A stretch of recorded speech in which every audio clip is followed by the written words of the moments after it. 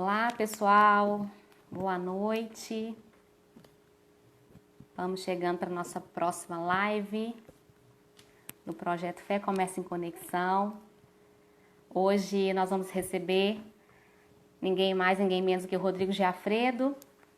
Daqui a pouquinho vou falar um pouquinho dele. Esperar ele entrar aqui. Rodrigo, cadê você?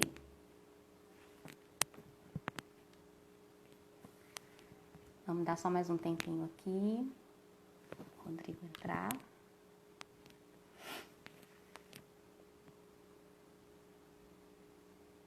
O pessoal já está chegando. Boa noite, gente. Boa tarde. Boa noite, Ana Luzia, Felipe. Sejam bem-vindos.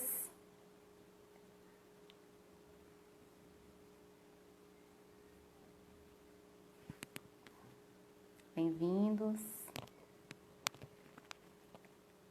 Já já nós vamos começar.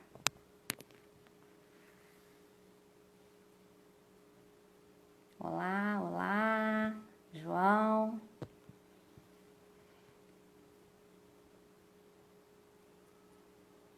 Fabiane, todo mundo aqui.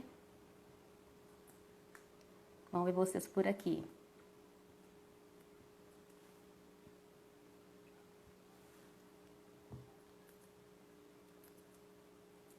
E aí, pessoal, Hermes,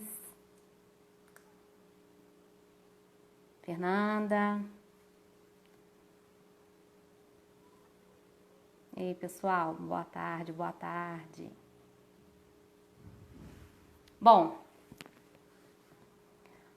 tô aqui ansiosa para começar nosso bate-papo com o Rodrigo. Dá mais um tempinho aqui para esperar o pessoal terminar de chegar. Guilherme. Marisete, chegou. Estamos aqui aguardando o Rodrigo.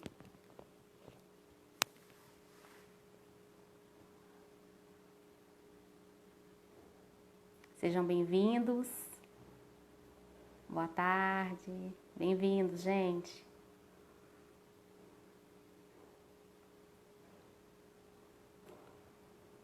Felipe. Oi, Felipe. Boa tarde.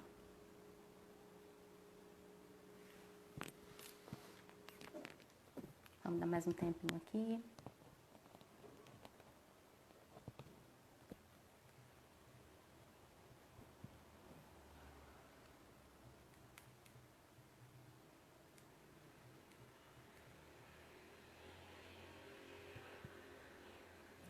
Opa.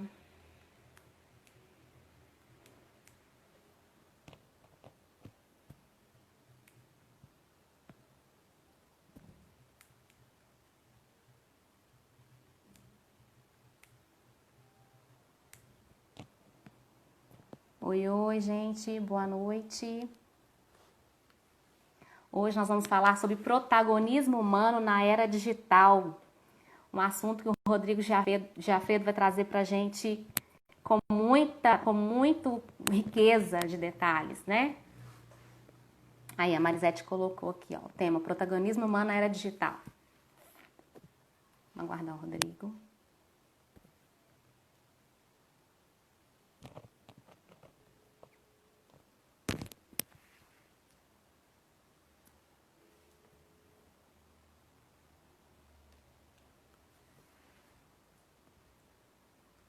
Sejam bem-vindos, bem-vindos.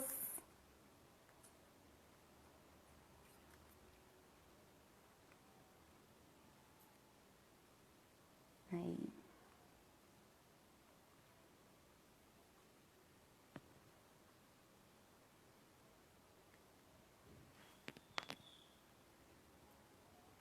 Josiane.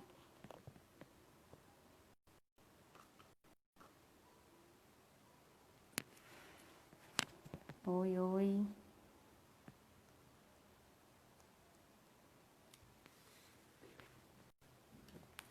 Vamos chegando.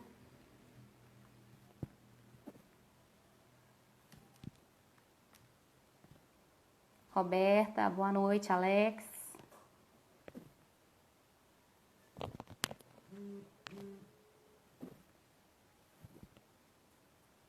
Oi, boa noite. Oi, Josiane, boa noite.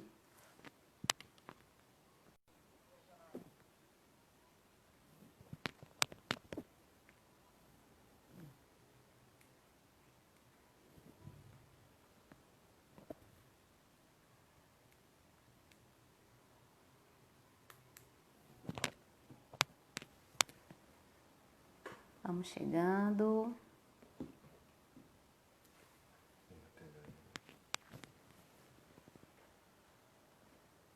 Boa noite, Humberto. Boa noite.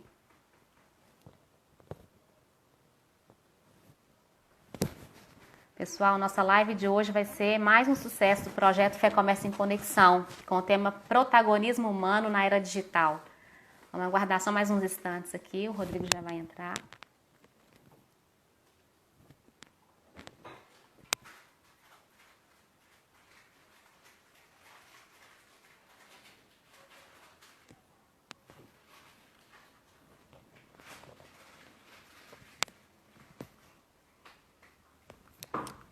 Oi, Ilan. Boa noite, Caroline. Boa noite. Estamos dando só mais um tempinho aqui, pessoal.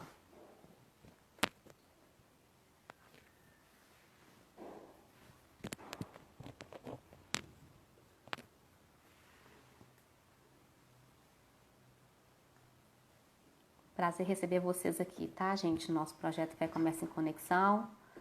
Para quem está chegando agora, nós vamos trazer hoje o Rodrigo Giafredo com o tema Protagonismo Humano na Era Digital.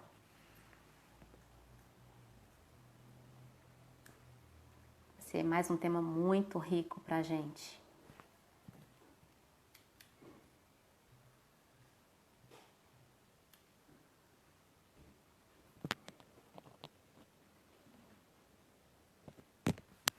Oi, vamos chegando.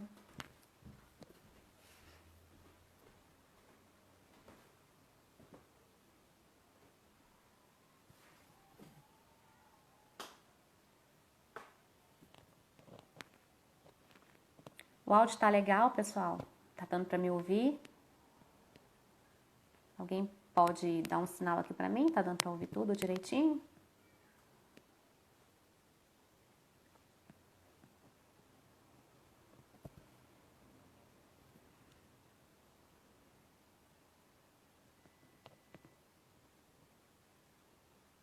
Tá ok? Obrigada, obrigada. Obrigada, Fernanda.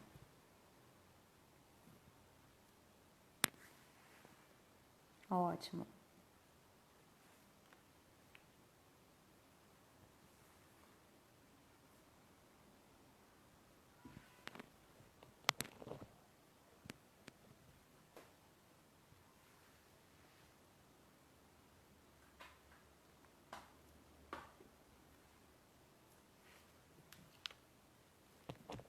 Então, dando só mais um tempinho aqui. Já já a gente começa.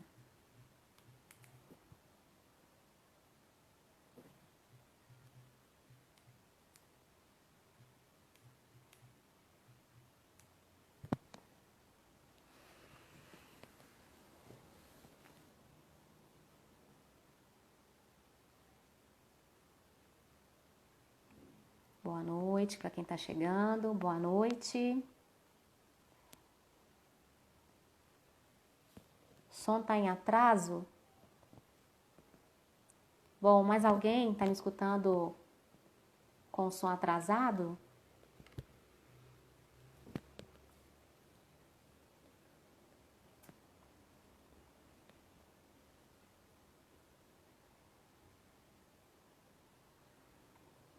Vamos chegando.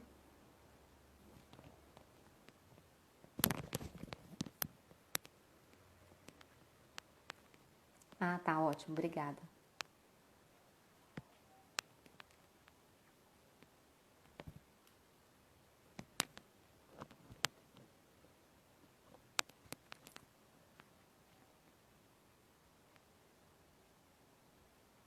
Vamos chegando. Ei, Isabelle. Boa noite. Boa noite para quem está chegando.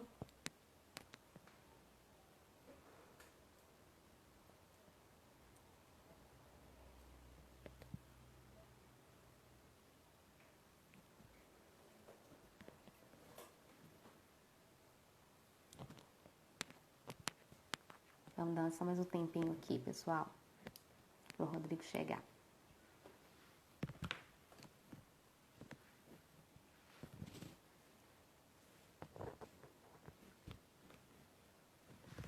Ah, tá. O Rodrigo já avisou aqui que tá entrando.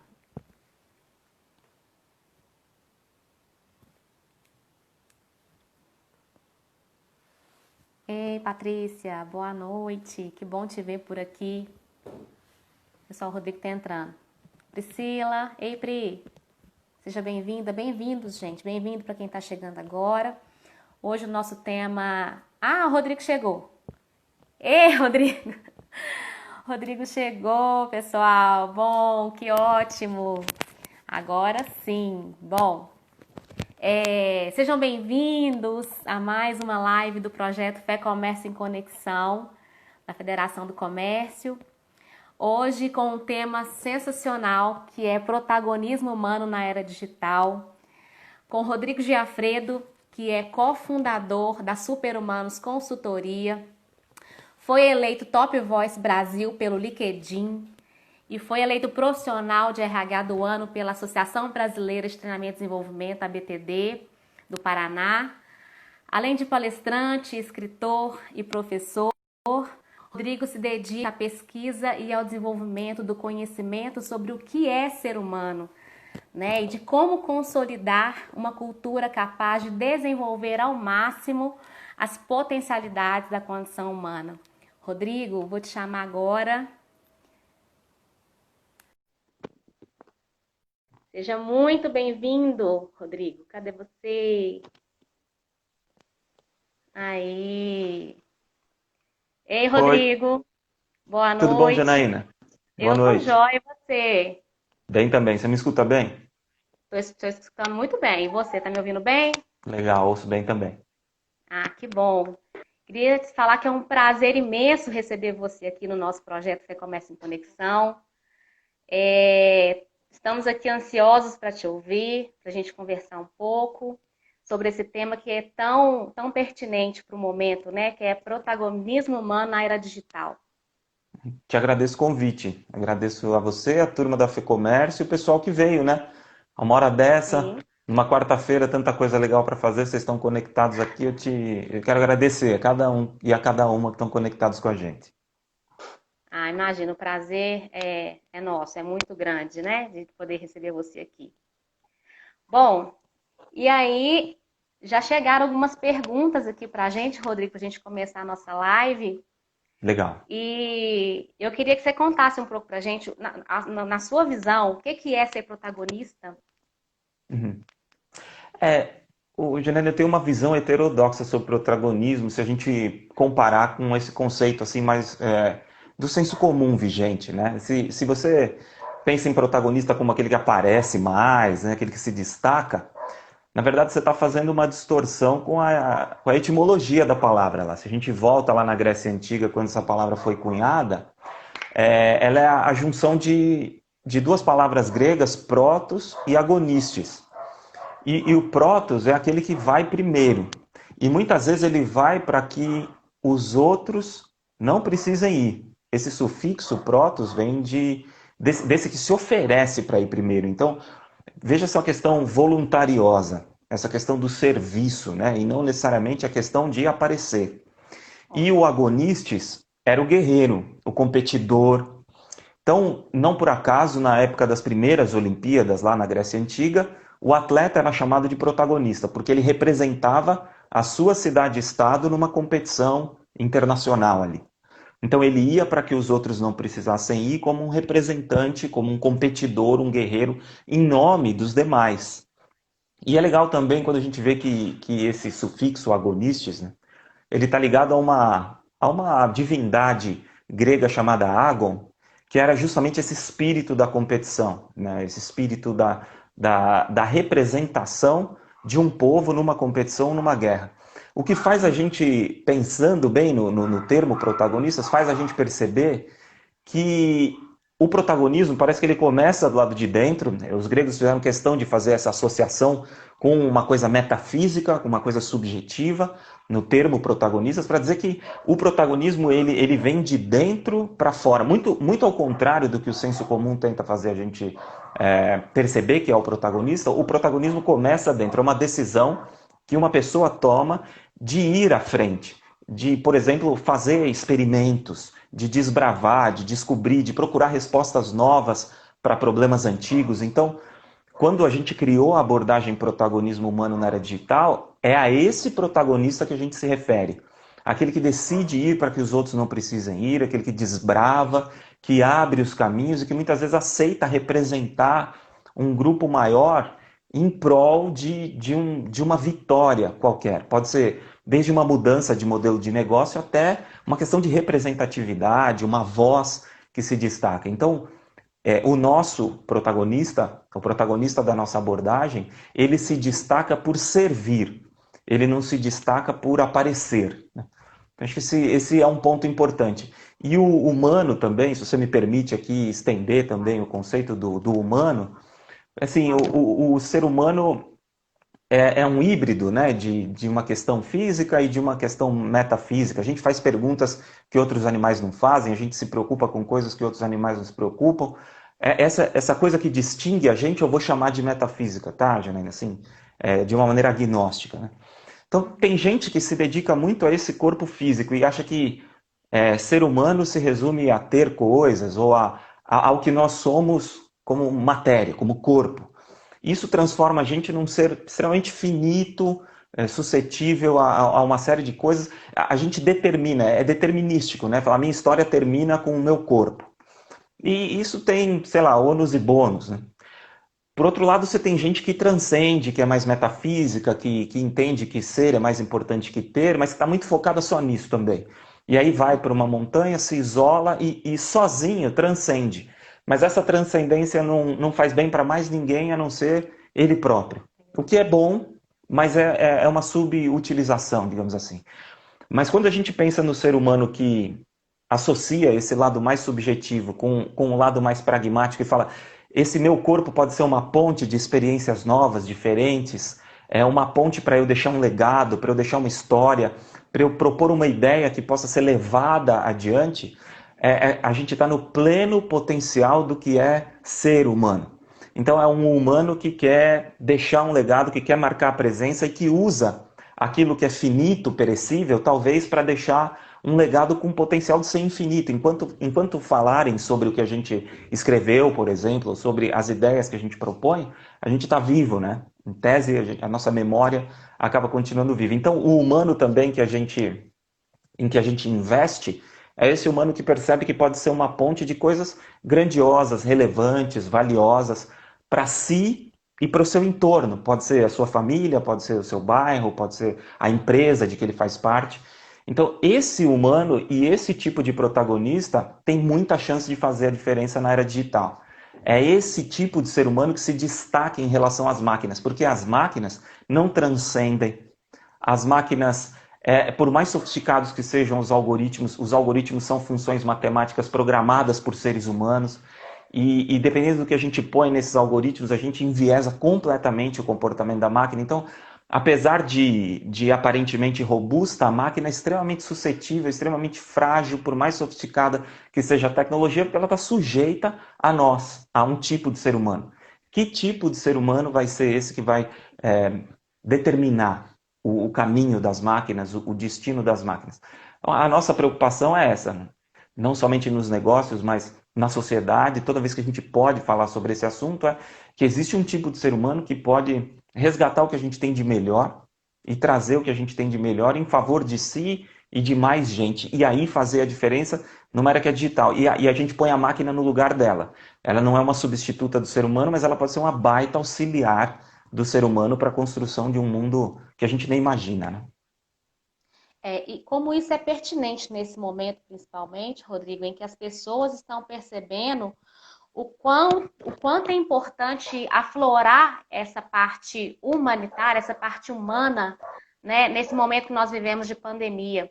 E não é diferente nas empresas, porque além dos profissionais já terem, pelo menos começarem a ter a consciência dessa importância de se fazer diferente, de procurar coisas novas, por mais que tenha 10, 20 anos numa mesma empresa, eles já começam a perceber a necessidade de se reinventar. E as organizações, elas também, nessa era digital, precisam adotar esse conceito de protagonismo organizacional, né? como é que elas vão fazer diferente para os seus clientes, para os seus colaboradores, né? De forma que vá trazer também uma sensação de pertencimento e despertar nessas pessoas o interesse em fazer o melhor por elas, Uhum. né? Sim. Desculpa, pode falar. É perfeita a conclusão.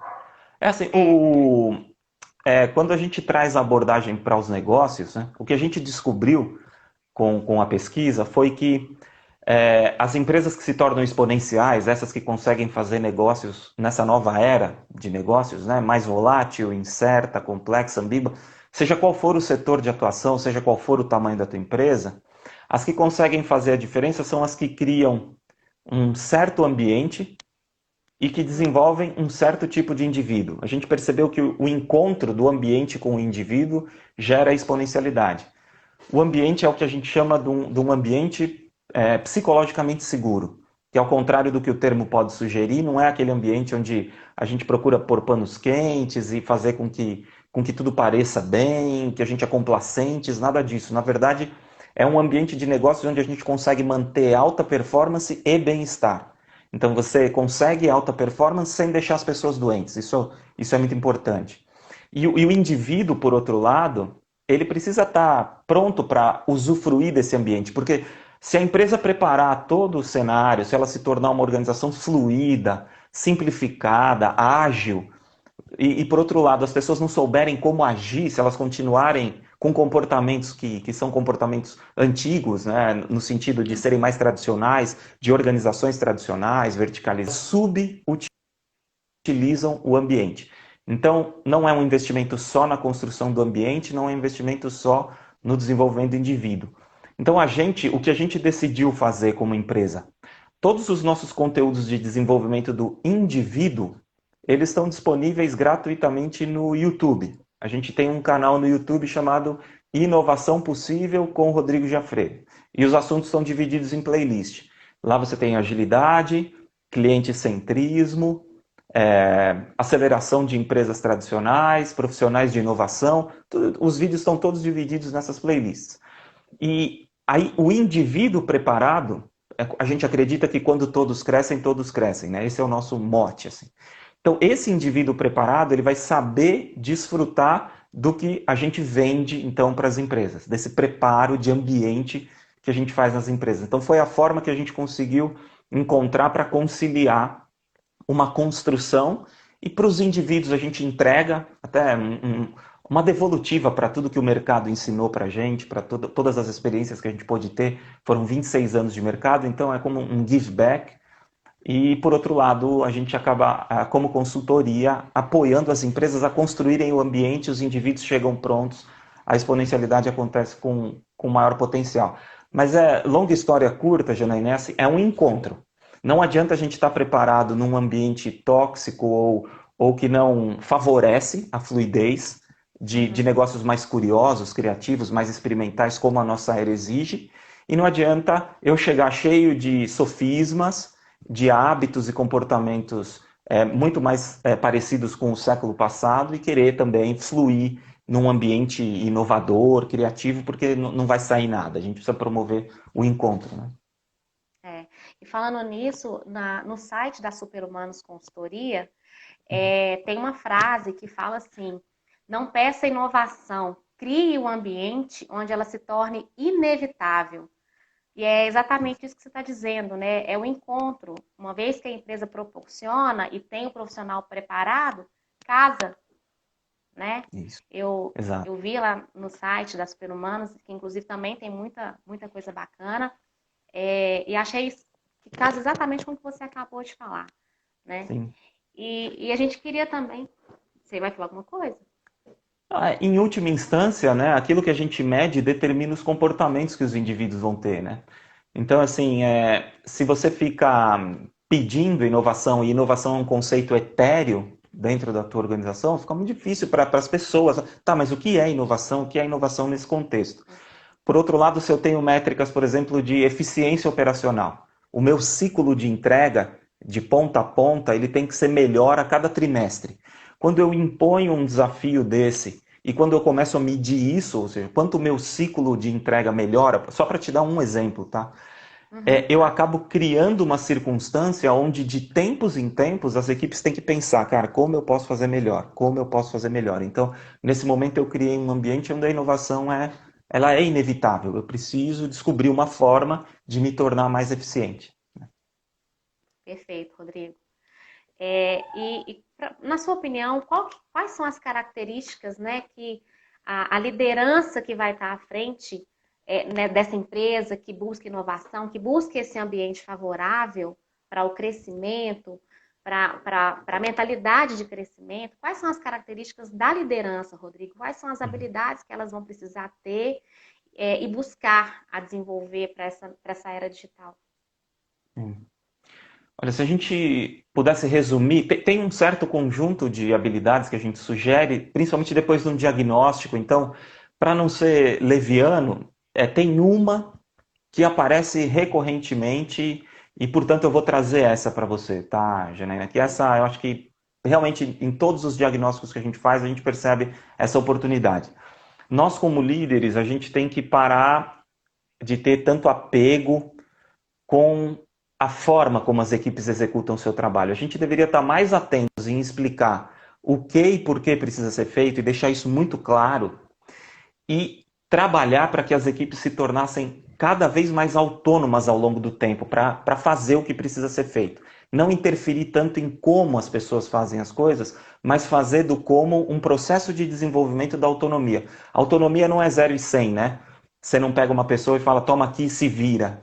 Tem profissionais que podem ficar paralisados diante de uma circunstância dessa, tem outros que têm mais ginga e vão conseguir trabalhar com esse desafio posto dessa forma. Então, a autonomia é uma construção. Na psicologia, a gente consegue ver pelo menos 6 estágios entre a ausência de autonomia e autonomia total nos adultos. Né? E é uma capacidade interessante do líder formar equipes autônomas. Criar, e com tudo que isso significa, né? Isso envolve uma série de atitudes, mas se tiver esse foco, quer dizer, eu como líder vou deixar claro o que precisa ser feito e por que precisa ser feito, que é o valor da nossa entrega, né? É o fato da gente existir, se a gente não existisse, o que aconteceria? E a partir daí, suportar o desenvolvimento da autonomia dos indivíduos, servir como mentor, servir como coach quando for necessário, promover o desenvolvimento das pessoas com autorresponsabilidade, lógico, né? Então, indicar, aprenda isso, desenvolva essa habilidade, de acordo com o nosso planejamento estratégico, esse aqui é um bom caminho. Conhecer individualmente os limites das pessoas, né? Saber quem tem mais e menos autonomia e trabalhar nesses diferentes estágios. Não passar uma régua de autonomia, porque isso é equivocado, né? As pessoas têm níveis diferentes de autonomia e, dependendo da circunstância, esse nível também pode variar. Então, uma habilidade central para agora que a gente tem visto é realmente a de criar equipes autônomas e não achar que isso é um risco para a sua liderança, porque na verdade isso sofistica muito seu estilo de liderança. Você passa a ser um formador de equipes autônomas. Né? Isso é uma sofisticação do papel de liderança. Microgerenciamento, comando e controle, qualquer software faz. Hoje você tem softwares de gestão de projetos que são extremamente competentes nisso aí porque eles não são sentimentais. Né? No microgerenciamento eles conseguem ser muito piores do que a gente, se você pensar bem, porque eles não têm sentimento nenhum. Você está devendo atividade, ele sinaliza, ele te cobra e acabou. De uma maneira insensível. Então, essa gestão, essa microgestão não diferencia um líder da era digital na nossa visão, nos diagnósticos que a gente tem feito e que a gente tem percebido. Mas um formador de equipe autônoma é realmente um líder distinto, um papel de liderança distinto. Perfeito, Rodrigo. E né, na sua experiência também, nos seus estudos, Rodrigo, principalmente agora, nesse momento em que as empresas tiveram que se adaptar ao home office, né? Você tem percebido a liderança com essa dificuldade de manter a equipe engajada, manter a equipe próxima, até para não perder muito essa questão é, de que até que ponto que eu posso ir, até onde que eu posso chegar sem meu líder estar presente, até que ponto eu tenho essa autonomia agora, nesse momento que eu estou sozinha em casa. Você tem percebido essa dificuldade ou não? Então, Janaína, 4 meses, quando a gente faz estudo de psicologia comportamental, 4 meses não são suficientes para alterar profundamente um comportamento social. Tá? Existem vozes, eu respeito, né? Mas cientificamente fica difícil embasar esse tipo de argumento de que a gente vai viver um novo normal, um novo mundo. A gente não foi submetido por tempo suficiente ao caos para ter os nossos comportamentos alterados. Então, o que a gente tem visto? Eu continuo atendendo aos meus clientes de maneira virtual, desde treinamentos, palestras, masterclass, até as consultorias de desenvolvimento de liderança. E o que a gente vê assim, os profissionais que já trabalhavam bem em home office, continuam trabalhando bem em home office. Tem gente que tem esse estilo, que tem essa autodisciplina, que já tem isso, né, muito consolidado, e que consegue trabalhar muito bem de uma maneira autônoma, digamos assim. Sabe o que precisa ser feito, sabe os prazos, os recursos que tem à disposição e vai fazer o trabalho. E tem gente que não sabe e que precisa de mais ajuda, precisa de mais gestão, mais acompanhamento. Então, no lado das equipes, eu não vi nenhuma transformação profunda. Tem gente que está vibrando porque trabalha super bem de home office e agora tem realmente condições de fazê-lo. Antes fazia uma vez por semana e agora consegue fazer 3, 4 vezes por semana. Então a pessoa acaba se tornando até mais produtiva em alguns cenários. Mas tem um fenômeno que a gente está negligenciando, que é o líder gerenciar uma equipe remotamente, porque isso não é brincadeira. Isso está trazendo bastante fragilidade para a liderança.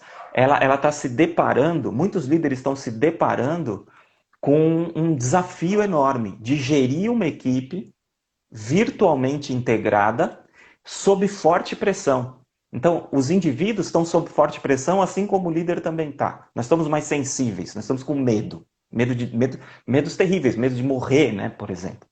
Então, assim, esse líder está sentindo muito o baque. Ele estava acostumado a estar com a equipe, ele estava acostumado a ver as coisas, e agora as pessoas estão distantes, e ele tem dificuldade para saber até onde ele pode ir para não cruzar uma linha também. Uma linha de assédio, por exemplo, nessa hora em que as pessoas estão assustadas. Né?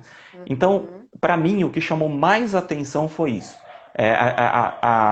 As companhias estão prestando atenção, estão sendo menos negligentes com a preparação dos líderes para esse novo momento. Como eu gerencio uma equipe, como eu enfrento essa pandemia e como eu gerencio uma equipe nesse novo contexto.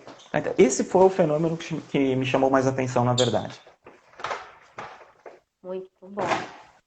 Rodrigo, também vi no site da Superhumanos que vocês trabalham quatro princípios, né, na formação de organizações mais competitivas na era digital.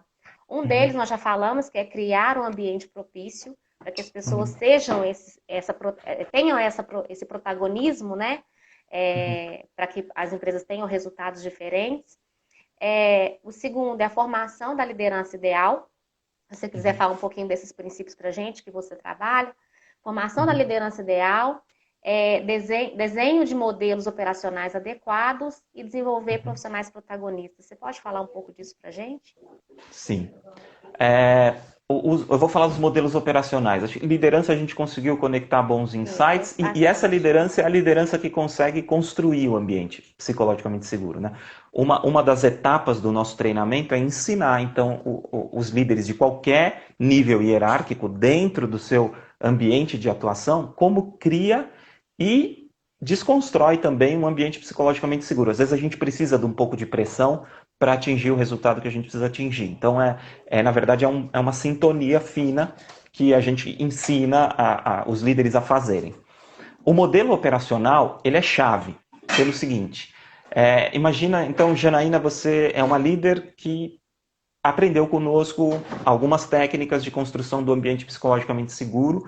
E uma das coisas que você precisa é de uma simplificação organizacional radical, sem expor a empresa a risco, né? Fiscal, legal, regulatório, isso tudo a gente continua preservando, mas você vai ver que é um elemento chave para a fluidez da operação e para a exponencialidade dos resultados. Então, quando você chega na organização, ela está engessada. Então, não pode ter questionamento de status quo, o feedback não é bem-vindo, você vê muita retaliação, represália. Então perceba que o modelo organizacional impede a fluidez do negócio. Esse ente subjetivo, que na verdade é fruto das nossas decisões, né, da decisão das pessoas, ele pode ser um impeditivo. Então é isso que a gente quer dizer com uma organização fluida. Você tem que olhar desde a ergonomia dos escritórios, dependendo do tipo de interação que você quer que os indivíduos tenham, agora menos, né, mas eu creio que isso seja temporário, já já a gente volta para os escritórios, talvez num modelo híbrido, né? E você precisa ver também os seus processos, se os seus processos eles são muito burocráticos, se eles causam muita demora na tua capacidade de entrega, se falta confiança, muitos níveis de aprovação, por exemplo. Então, esse tipo de sintoma a gente precisa trabalhar. E o indivíduo protagonista é justamente esse que, por exemplo, aceita experimentar mais. Ele aceita trabalhar pela equipe. A gente transcende o conceito de trabalhar em equipe. Porque trabalhar em equipe, eu posso assumir uma atitude, vamos dizer, negligente, trabalhando em equipe. Eu posso fazer só a minha parte, por exemplo.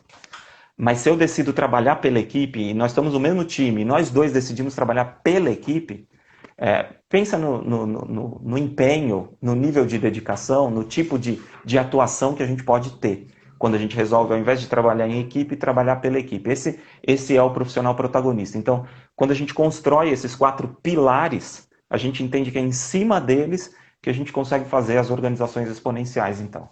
Líderes, ambiente e indivíduos em diferentes aspectos. Muito bom, Rodrigo.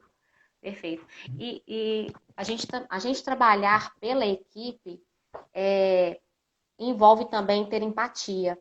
Eu vi um vídeo seu também recentemente sobre empatia, foi uma live que você fez, se não me engano, e que eu acho muito importante trazer também o seu conceito de empatia para dentro das organizações. Deixa de ser aquele modelo romântico, aquele conceito romântico, né, de que, nossa, vou me colocar no lugar do outro e pronto, acabou.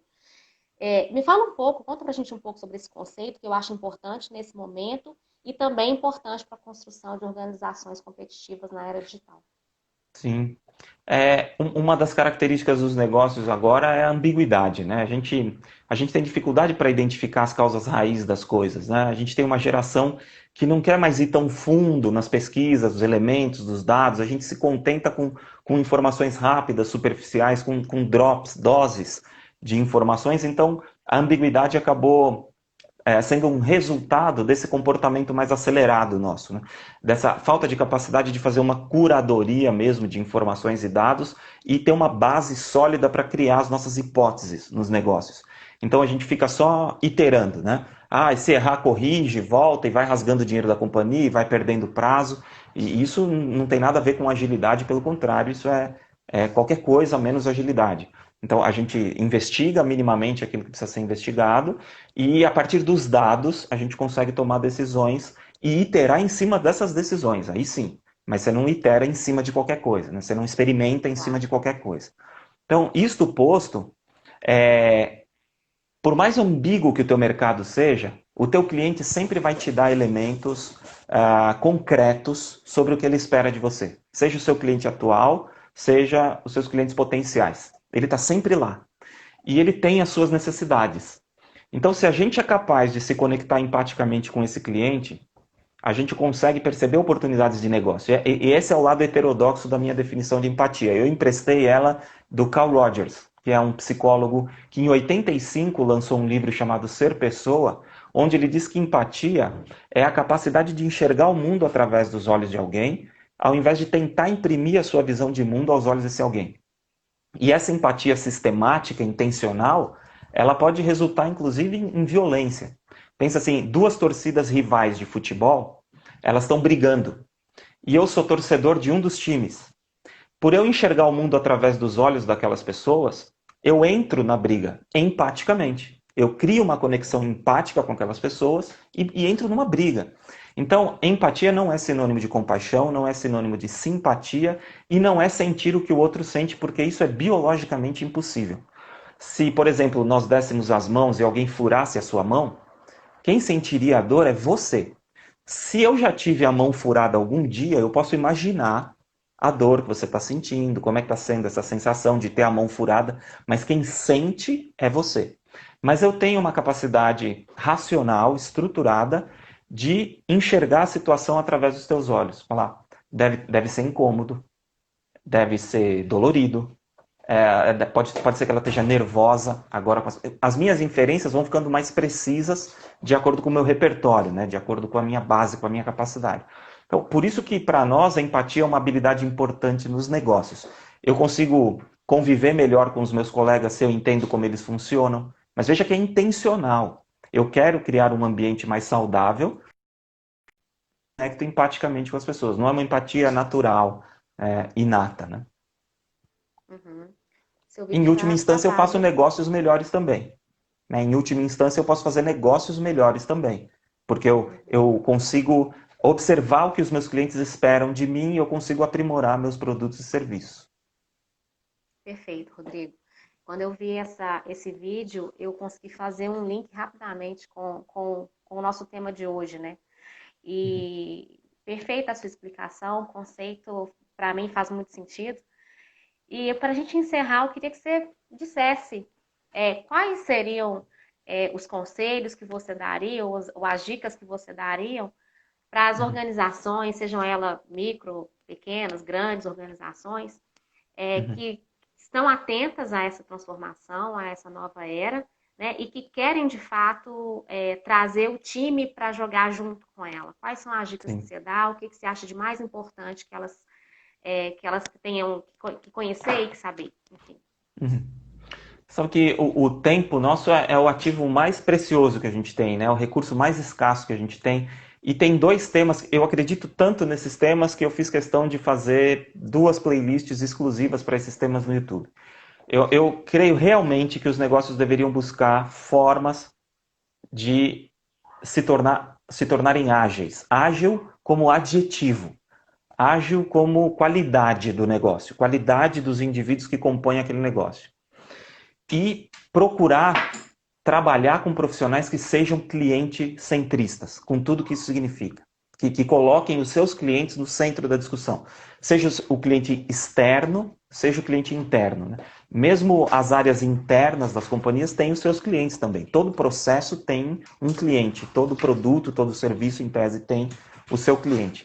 Então, colocar o cliente no centro dos nossos processos de ideação, dos nossos processos de decisão e transformar a nossa organização numa esteira de agilidade são diferenciais numa era de tanta competitividade e nessa era VUCA, né, esse acrônimo que resume tão bem o que são os negócios e o que é a sociedade nos nossos dias. Então, agilidade nos negócios e cliente-centrismo nos indivíduos. Pode ser um bom encontro. E aí, independentemente do tamanho, do setor de atuação, da idade da empresa, independe. Perfeito. Rodrigo, mais uma vez quero te agradecer por ter aceitado o nosso convite. Estou muito grata, muito feliz de ter tido essa oportunidade de trocar essas ideias com você e também de trazer um conteúdo tão rico para quem, né, teve a oportunidade de assistir essa live. Enfim, quero te agradecer imensamente, foi maravilhoso, tá? Precisando da gente, né? É só entrar em contato. E olha, para quem chegou agora ou não pegou desde o início, o Rodrigo, ele é cofundador da Superhumanos Consultoria. No site da Superhumanos tem várias coisas, né? Vários trabalhos, vários treinamentos, tem muita coisa para vocês poderem conhecer e que vale a pena porque é um conteúdo riquíssimo. O Rodrigo está no Sim. LinkedIn, está no Instagram, né? Eu te Uhum. sigo em todas as suas redes sociais, Que gosto legal. demais, para mim é muito pertinente. E olha, Uhum. muito obrigada, Rodrigo. A Federação fica muito feliz com a sua participação. Obrigado a vocês, obrigado Janaína mais uma vez pelo convite, a federação, todo mundo que participou. E como a Janaína disse, se quiserem saber mais, www.protagonismohumano.com.br. Bastante material lá para vocês pesquisarem. Nas redes sociais eu sempre interajo, eu até troco like se for o caso, mas eu respondo na Verdade. inbox, a gente pode Responde, conversar, fiquem à responde mesmo. vontade. Uhum. Né? E no YouTube, Inovação Possível com o Rodrigo Giafredo também, muitos vídeos. Espero que tenha inspirado vocês. Foi muito bom o papo, viu, Janaina? Muito obrigado pelo cuidado, pelo carinho na escolha das perguntas. Foi muito bom mesmo. Ah, obrigada, Rodrigo. Prazer imenso falar com você, viu? Até uma próxima, Igualmente. né? Quem sabe? Vamos ver. Um abraço. Tchau, tchau, Natan. Tchau, tchau. Obrigada. Tchau, obrigado.